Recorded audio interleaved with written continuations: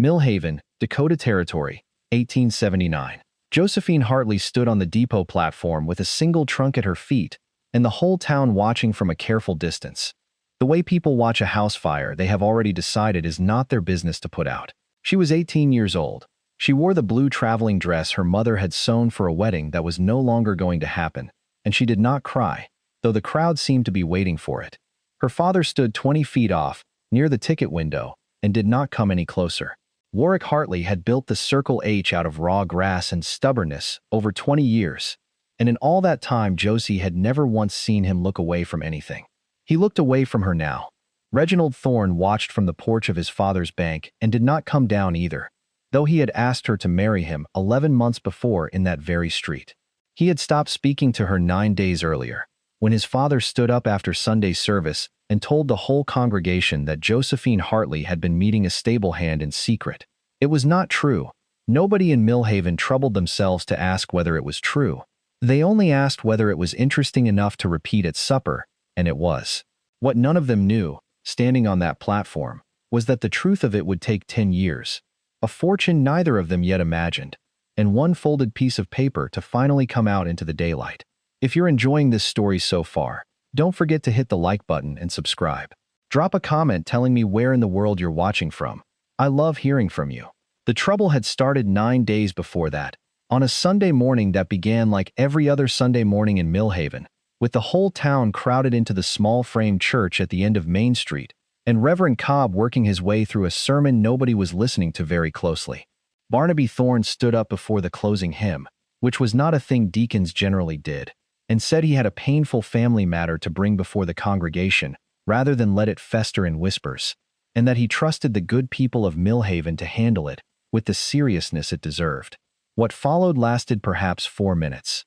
Thorne produced a folded note, read a few lines of it aloud in a voice pitched to carry to the back pew, and said it had been found among Josephine Hartley's things by a housemaid who had brought it to him out of Christian duty, and that it proved, beyond any decent family's tolerance, that his son's intended bride had been carrying on in secret with a stable hand employed at Circle H.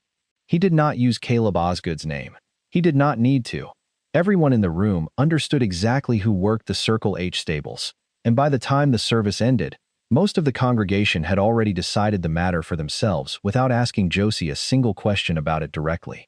Josie found out what had been said before she had even left her pew, in the particular way news moves through a small congregation, faster than the people carrying it, arriving on faces before it arrives in words. She looked for her father outside the church and found him standing very still beside the Thornes, listening to Barnaby Thorne explain exactly what it would mean for the note on Circle H if this became a public scandal.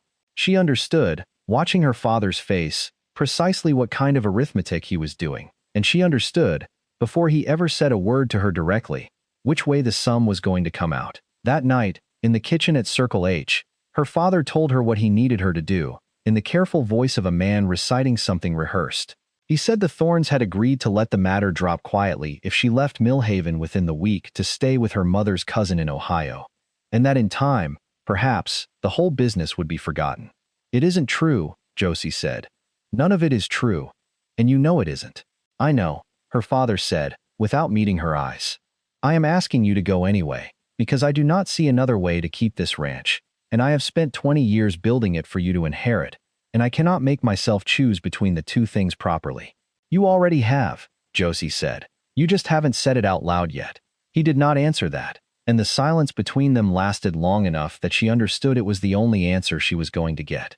She left on the 11 o'clock train the following Tuesday with one trunk, $40 her mother had pressed into her hand without her father's knowledge, and an address in Ohio she never used, because somewhere around Fargo she decided a cousin who had met her twice in her life owed her nothing. She got off instead in Chicago, took a room above a milliner's shop for $8 a month, and answered an advertisement for a clerk who could keep figures without complaint, posted by a widow named Constance Ainsley who ran a small dry goods concern out of a single rented storefront on the near west side. Constance hired her within a week, mostly, she admitted later, because Josie was the only applicant who had corrected an error in the sample ledger Constance used to test them, rather than simply copying the numbers as given. Constance Ainsley taught her everything the Circle H had only half prepared her for: how to read a balance sheet the way her father read weather, how to tell which debts were dangerous and which were merely uncomfortable, how to walk into a room full of men who assumed she understood nothing and let them discover otherwise at whatever pace suited her purposes best. Constance never married in all the years Josie knew her, and used to say, more than once, over the ledgers at midnight, that a woman who ran figures the way Josie did was either running towards something or away from something, and that she had long since stopped trying to guess which it was for either of them. By the time Constance died, in the winter of 1886, the single storefront had become 3, and Josie had learned enough to keep expanding without her. She signed the paperwork for each new venture as J.J. Calloway, a name she had made up somewhere around Fargo on that first train ride and had simply never stopped using, because it belonged to a woman nobody had ever humiliated on a depot platform. And that, more than the money itself, was the entire point of it. The Panic of 1893 took down half the smaller lenders in the Midwest, and Calloway and Associates, cautious where so many others had been greedy, came out the other side of it, holding controlling paper on distressed banks in 11 states, one of which happened to be the small Dakota Territory institution that had once financed her own father's ruin. She did not go looking for the Millhaven Trust specifically. Her attorney, a precise and unhurried man named Aldous Finch, found it among a stack of distressed notes purchased from a failing Denver clearinghouse, and mentioned it to her almost as an afterthought. It meant a great deal to her. She spent 11 weeks quietly arranging the purchase of the trust's outstanding obligations to its own creditors, said nothing to anyone in Millhaven about any of it, and arrived in the spring of 1889, 10 years almost to the week since she had left, in a plain gray traveling suit, carrying a single leather case, and checked into the Millhaven house under her own name, because by then, there was nothing left in her that particularly cared whether anyone recognized her walking in. The desk clerk, a young man too new to town to know who she was, gossiped freely while he found her room key, and told her, without being asked, that the Hartley place out on Circle H was mortgaged past its worth to the trust, that Reginald Thorne had taken over the bank's daily running from his father 2 years back, and that the blacksmith at the edge of town, a fellow named Caleb Osgood, had never married and kept mostly to himself, though he had quietly kept Circle H's fences standing for years without pay. Josie sat with that piece of information a long while after the clerk went back to his ledger. 10 years was a long time to keep tending a fence line that was not yours to keep, for reasons nobody had ever asked you to explain out loud.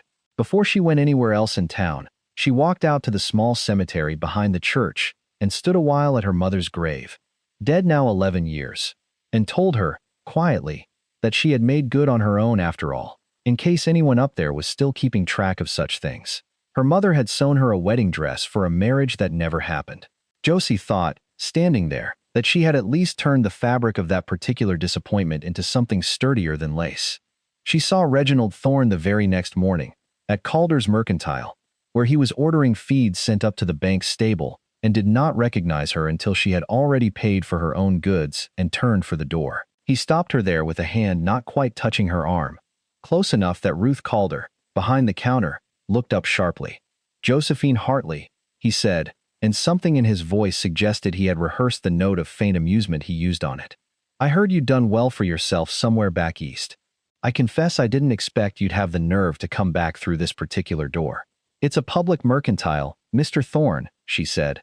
"Some doors stay open to a person, whether or not they ought to walk through them again," he said, smiling the way men smile when they believe themselves generous. "Your father's had a hard few years. I'd have thought you'd want to stay well clear of reminding this town of the last time a Hartley woman caused it trouble." Josie looked at him a long moment, the way she had once watched her father look at a buyer trying to talk down a fair price, and said only, "Thank you for the feed order, Mr. Thorne," before walking out into the street. Ruth Calder, who had known Josie since she was small enough to be handed penny candy over that same counter, watched the whole exchange without saying a word, though something crossed her face that had not been there when Josie first walked in, something like the beginning of a question she was not yet ready to ask out loud. She rode out to Circle H that same afternoon, in a hired buggy, past fence lines she recognized down to individual posts that had clearly been reset more than once over the years, and found her father on the porch, thinner than she remembered, gone gray at the temples in a way that had not yet started when she left. He did not know her either, not until she was 3 steps up onto the porch boards, And then his face broke open all at once, the way ice breaks on a pond in March, one long crack running the whole length of it. "Josie," he said, and could not seem to manage anything past her name for a moment. "Then, I have thought of 1,000 things to say to you in 10 years, and I find I don't remember a single one of them, standing here." "You could start with why," she said, not unkindly, though there was iron somewhere underneath the words. "I was afraid," he said. "Thorne held the note on this ranch and made it plain that if I didn't send you away quiet, he'd call it due within the month, and I told myself that was a fair trade, your name for the land. It has taken me 10 years to understand what a coward's arithmetic that was." He told her, then, the whole of it. The note was overdue again, badly this time, and Thorne had already posted notice of a public sale at the Millhaven Town Hall in 11 days. On the 18th, when Circle H would go to auction on the courthouse steps, unless the balance was paid in full, a sum he did not have and had no way of raising. 11 days, Josie said, mostly to herself. "I don't expect you came back to solve this for me," her father said. "I wouldn't ask it of you, after everything." "You're not asking," Josie said. "I'm telling you I'll take care of it." Something in the flat certainty of how she said it made him look at her the way a man looks at a stranger who has just told him something he cannot quite believe and badly wants to. He did not ask her how. She did not offer to explain, and for the first time in 10 years, the silence between them felt like something other than a wound. She found Caleb Osgood at the smithy near dusk, hammering out a wagon axle with his sleeves rolled to the elbow, and he straightened at the bell over the door, and for a long moment, neither of them said anything at all, because 10 years is a considerable silence to fill with a single sentence. "I heard you were back," he said finally. "You heard right," Josie said. "I kept telling myself I wouldn't have believed the accusation even if I hadn't known better," he said, setting down the hammer. "For what it's worth, I know it isn't worth much now." "It's worth more than you'd think," she said. "Nobody else in this town ever said as much to my face." He told her, haltingly, that he had stayed in Millhaven because leaving had felt like agreeing with what the town said about the two of them, and that he had kept the Circle H fences standing every year since, simply because it was one thing he could do for her that nobody could twist into more talk, a debt he had never expected repaid. "Why didn't you ever write?" Josie asked, "and tell me you knew the truth of it?" "Didn't know where you'd gone," Caleb said, "and by the time I might have found out, it seemed a cruelty to remind you of a place that hadn't been kind to you, when you'd clearly built something better without it." Josie stood in the smithy doorway a long while, watching the forge light move across a face she had not let herself remember clearly in years. "I'm glad it was you keeping them standing," she said at last, which was, for a woman who had built an entire fortune on saying exactly as much as needed saying and no more, very nearly a confession. The 11 days that followed were not quiet. Reginald Thorne came to the Millhaven house himself on the third evening, uninvited, and suggested, with the particular confidence of a man who has never once been told no and taken it seriously, that the whole unpleasant business between their families might yet be smoothed over if she were willing to consider renewing an old understanding, now that she had apparently done so well for herself.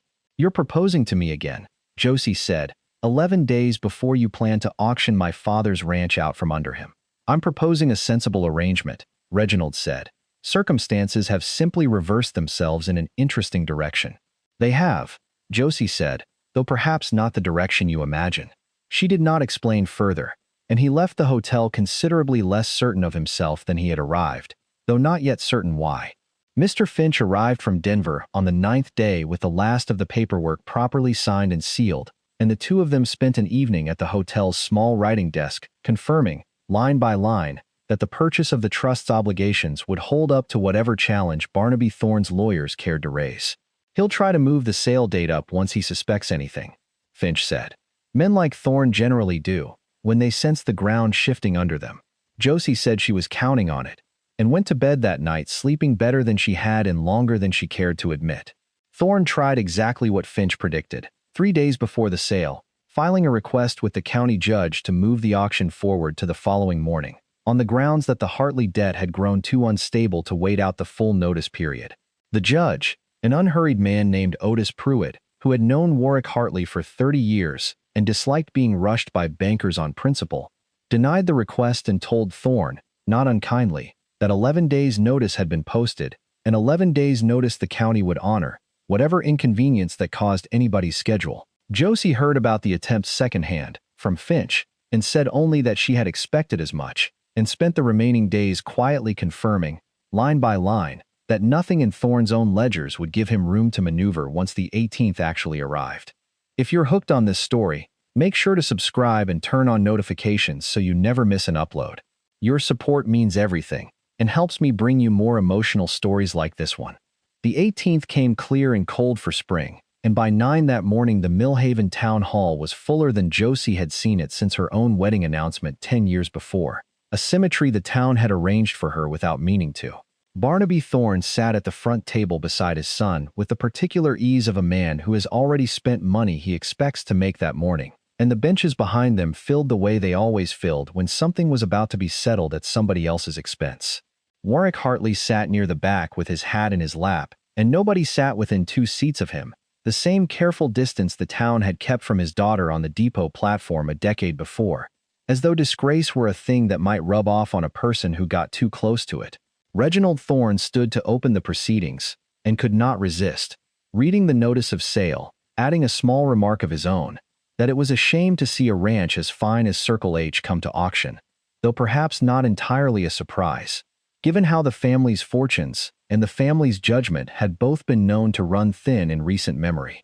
It drew the low laugh of a room that had decided, once again, that a Hartley was fair game. Caleb Osgood stood at the very back of the hall, arms folded, having closed the smithy for the morning without telling anyone why, and did not laugh with the rest of the room. Ruth Calder, seated 2 rows from him, noticed that much at least, and wondered privately what a blacksmith, with no stake in the sale, could possibly be waiting on so patiently. Josie, seated near the side aisle in her plain gray suit, did not stand yet. She reached into her leather case and drew out a folded paper, setting it on her knee, and waited, the way she had learned to wait through 100 negotiations where the other party always talked longest right before they lost. When Barnaby Thorne rose to call the sale open, Aldous Finch stood from the back row and asked, in the mild tone of a man remarking on whether Mr. Thorne was aware that the Millhaven Trust's own outstanding notes to its parent holding company in Chicago had been purchased in full 11 weeks earlier, and that any sale conducted on paper the trust no longer controlled outright would require the holding company's signature to stand. And who? Barnaby Thorne said, with the irritation of a man who dislikes being interrupted by someone he does not recognize. Represents this holding company. I do, Josie said, and stood. The room went entirely still, the particular stillness of a crowd realizing a story it thought it already knew has another chapter nobody warned it about. The holding company is Calloway and Associates, she said, into a silence so complete she did not need to raise her voice at all. I am Mrs. Calloway. Some of you also know me as Josephine Hartley. Ruth Calder was the first to rise halfway out of her seat, one hand pressed flat to her chest, and it was her voice, cracked with something between disbelief and shame, that broke the silence. Lord above, it's her. It's Josie Hartley. Barnaby Thorne's face went through 3 colors in as many seconds. His son, still holding the notice of sale, looked down at the paper as though it had personally betrayed him, and said nothing at all, which was, Josie thought, the first genuinely honest thing Reginald Thorne had done in the 10 years she had known him. For a moment nobody in the hall seemed to know quite what to do with their hands or their eyes. An older man near the front, whom Josie recognized eventually as the county clerk who had once sold her father his first breeding bull, stood and asked, plainly, whether the sale was to proceed at all under the circumstances. Mr. Finch answered that it was not, that the note had already been satisfied that morning by his client, and that the hall was welcome to consider the matter of Circle H closed. Old Otis Pruitt, who had ridden in from his own bench at the courthouse to see how the morning ended, remarked to nobody in particular that he had presided over a great many county matters in his career, and never once seen one turn around quite so thoroughly in the space of 10 minutes, which he intended, he said, as a compliment to somebody in the room, though he did not specify to whom. Warrick Hartley did not stand right away.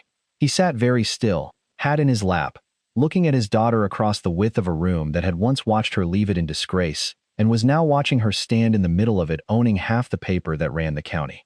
When he finally rose, it was slowly, the way an old man rises from a chair that has held him a long time, and he crossed the aisle toward her without seeming to notice or care that every eye in the building was following him. I don't deserve the trouble you've gone to, he said, quietly enough that only she and perhaps the nearest few rows could hear it. You're right, Josie said. You don't. I did it anyway. Then, because his face had gone the particular color of a man trying not to weep in public, she added, more gently, the ranch was never really the thing I came back for, Papa. It was just the part I could fix fastest. He did not answer that. He put his hand over hers instead, the first time he had touched her in 10 years. And that, more than anything said aloud in the hall that morning, was the moment the room finally seemed to understand the whole shape of what had happened. Caleb did not come forward. He stayed exactly where he had stood the whole morning, at the back of the hall, and when Josie finally found him with her eyes across the crowded room, he only nodded once, the small economical nod of a man who has never needed more than that to say what he means. Josie's terms, read aloud by Mr. Finch once the hall had settled enough to hear them, were simple enough that even the back benches followed them plainly. The Circle H note was satisfied in full, effective that morning, with no further payment due. The Millhaven Trust would continue under Thorne family management, provided its practices were reviewed twice yearly by an independent auditor of Calloway and Associates choosing, and any other note currently held against a family in the county facing genuine hardship, rather than simple mismanagement, would be restructured on terms Mr. Finch would begin discussing individually that same afternoon. It was Ruth Calder who found Josie an hour later, once the hall had mostly emptied, and told her, in the careful voice of a woman finally setting down something she had carried a long while, the piece of the old story Josie herself had never had proof of, though she had suspected it every day for 10 years. The note supposedly found among Josie's things, the one Barnaby Thorne had waved in front of the congregation as evidence, had in fact been written by one of Thorne's own hired men, at Thorne's own direction, a fact Ruth had learned 4 years back from that same hired man on his deathbed, and had never known what to do with, since by then Josie was long gone and nobody left in Millhaven had seemed worth telling. I should have found a way to reach you, Ruth said. I've regretted not trying more than I can rightly say. You're telling me now, Josie said. That's not nothing. She took the information the way she took most things by then, quietly, turning it over once in her mind and setting it down rather than picking it up to carry, and told Ruth only that she was grateful to finally know, and that she did not intend to make Barnaby Thorne answer for it in any public way beyond what the morning had already cost him, because some debts were better collected in changed behavior than in humiliation repaid in kind. Reginald himself sought her out once more before she left that spring, not at the bank this time, but at the smithy, where he found her sitting with Caleb over the ledger books for the new auditing arrangement, and stood in the doorway a moment before saying, stiffly, that he supposed he owed her an apology he did not know how to phrase properly. You don't have to phrase it well, Josie said. You only have to mean it. He said he did, and she believed him about as much as the moment required. No more and no less, and let it go at that. 2 days after the auction, she sent a wagon of feed and seed out to the Ostrander place, whose widow had been one of the loudest voices against her, on the depot platform 10 years before, and who was, Josie had since learned, raising 4 children alone on a claim that had not turned a profit in 3 seasons. She sent it without a note, because she had decided some kindnesses were more honest without an explanation attached. Circle H itself came back faster than Warrick Hartley had dared hope once the note was cleared. Freed of a debt he had been quietly starving the herd to service for the better part of 6 years. He hired on 2 new hands before summer, repaired the barn roof he had been patching instead of replacing since Josie was a girl, and told anyone who would listen, with the particular pride of an old man rediscovering something he thought he had lost for good, that his daughter had come home and brought the ranch back to life along with her. In that order, though he was honest enough to admit some days he was not entirely certain which mattered more to him. Barnaby Thorne retired from the bank's daily management within the month, citing his health, though most of Millhaven understood well enough what had actually retired him. Reginald stayed on under the new auditing arrangement, chastened in a way that suited him better than his father's confidence ever had, and made a point, the following Sunday, of nodding to Josie civilly across the churchyard, which was, for a man of his particular pride, very nearly an apology of its own. Mrs. Ostrander came to the Millhaven house herself, the week after the feed wagon arrived, and stood in the lobby twisting her gloves for a full minute before she managed to say that she had been wrong about Josie Hartley a decade ago, and wrong about her, she suspected, in more ways than she had bothered to count since, and that she hoped it was not too late to say so plainly. Josie told her it was not too late at all, and meant it, and the two of them had coffee together in the hotel parlor for the better part of an hour, discussing nothing more consequential than the price of seed corn, which suited them both. She stayed in Millhaven the whole of that spring, longer than she had originally planned, ostensibly to see the bank's new auditing arrangements properly established, though her father noticed, and said nothing, that she rode out to the smithy at the edge of town rather more often than banking business strictly required. She found Caleb on the porch of the smithy one evening in early June, the forge banked for the night, and sat down on the step beside him without being asked, which had become, over the preceding weeks, its own kind of understanding between them. 10 years is a long time to wait on a fence line, she said. Wasn't waiting, exactly, Caleb said. Just never saw much reason to be anywhere else. That's the same thing, said quieter, Josie said, and he looked at her a long moment and allowed that she might be right about that. They fell, over that summer, into the kind of courtship neither of them had ever properly been allowed the first time, unhurried and entirely without an audience keeping score of it. And Josie found she preferred it considerably to the one Millhaven had arranged for her at 18, engineered by fathers and bankers rather than chosen by the two people actually meant to live inside of it. He asked her in August, on the same porch, whether she intended to keep the name she had built her fortune under or go back to the one Millhaven had once tried to take away from her, and Josie considered it seriously, the way she considered most things. Before telling him she thought she would keep both. Since a woman was allowed, she had decided, to be more than one true thing at once. Then I suppose I'm asking Josephine Hartley and Mrs. Calloway both, Caleb said, whether either one of them would consider marrying a blacksmith. Both of them already have, Josie said. If you'd only asked sooner. I was waiting on the fence line, he said, and she laughed, the first time in longer than she could easily remember that laughing had come, without any effort attached to it. Warrick Hartley walked his daughter across the porch of Circle H that October to marry Caleb Osgood, in a ceremony neither of them had wanted large, and stood afterward at the edge of the gathering, with an expression Josie had never once seen on him in all her childhood, something not quite pride and not quite relief, sitting somewhere honest between the two. Ruth Calder cried through most of the actual ceremony, which she blamed afterward on the dust, and nobody in the small gathering troubled her by pointing out there was no dust worth mentioning on a clear October afternoon. Even Reginald Thorne sent a gift, a set of good harness leather with no note attached, which Josie found, on the whole, a more honest gesture than any words he might have chosen instead. When Ruth came up to offer her congratulations, Josie shook her hand and thanked her, and meant it. Because some doors, once they are finally opened again, are better walked through without keeping score of who shut them in the first place.